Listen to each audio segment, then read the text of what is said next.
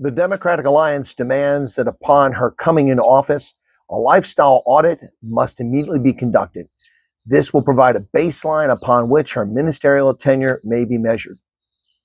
Now, this from DA spokesman on social development, Nazli Sharif, calling the newly appointed social development minister, Dina Pule, utterly unfit to be a minister in the cabinet.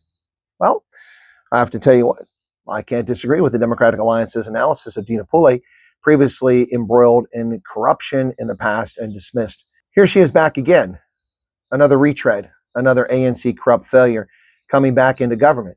Wasn't Cyril Ramaphosa the president who vowed to stamp out corruption in South Africa when he came into power back in 2018?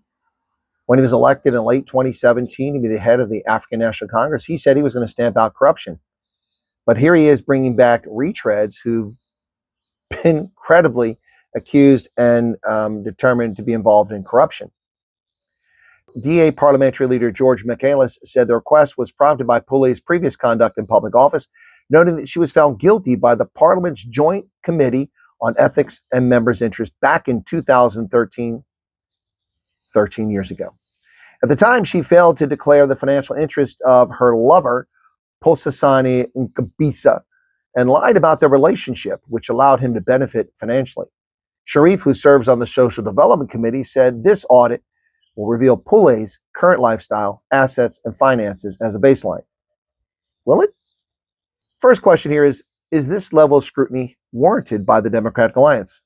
Well, hell yeah, absolutely warranted. Somebody needs to hold members of the cabinet, ministers, and deputy ministers accountable for their lifestyles. And lifestyle audits are a very good idea for members of a cabinet. Absolutely.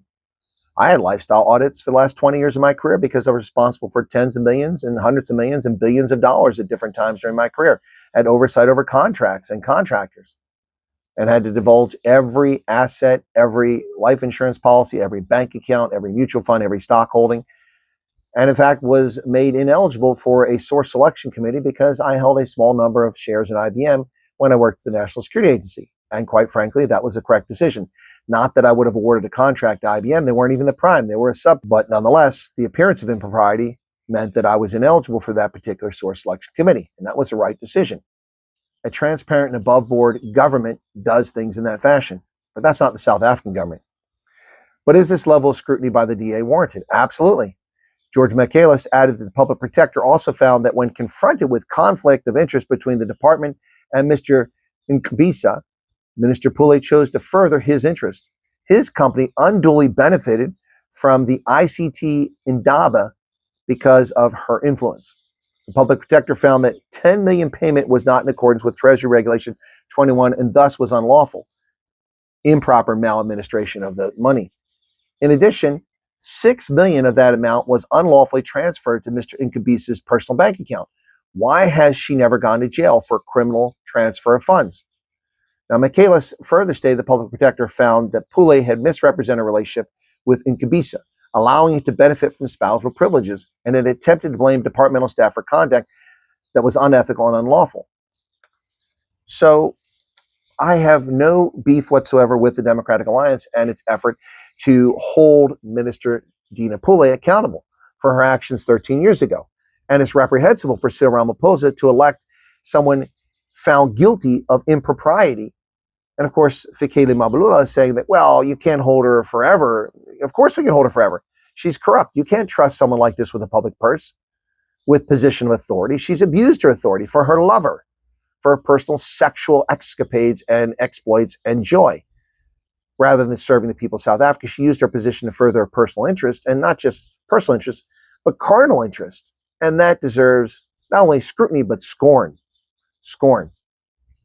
Like Bill Clinton, who used the office of president for his own carnal interest.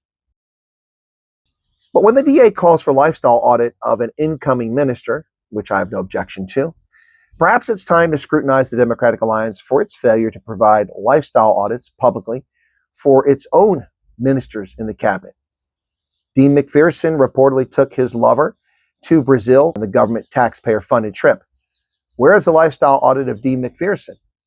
Will the DA provide us answers to Dean MacPherson taking his lover, his partner, to Brazil on the taxpayer's dime. Meanwhile, the former white Minister of Agriculture, John Steenhusien, relieved of that position, now a deputy minister, but still a minister, still receiving an oversized paycheck, is a person who, according to press reports, had a judgment against him for failure to pay his credit card bills.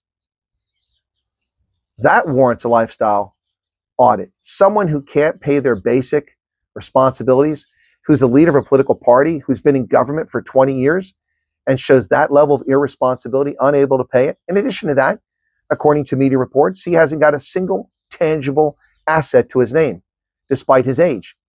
A man in the workforce for 30 years has no tangible assets, no savings accounts, no retirement accounts, no property, no bonds, no stocks, nothing whatsoever after 30 years of government service, or close to 30 years, and leadership in an opposition party. A person whose paycheck has been supplemented by these positions, a person who couldn't pay a simple $6,000 credit card bill. Doesn't that warrant a lifestyle audit? Where is the Democratic Alliance on its own house?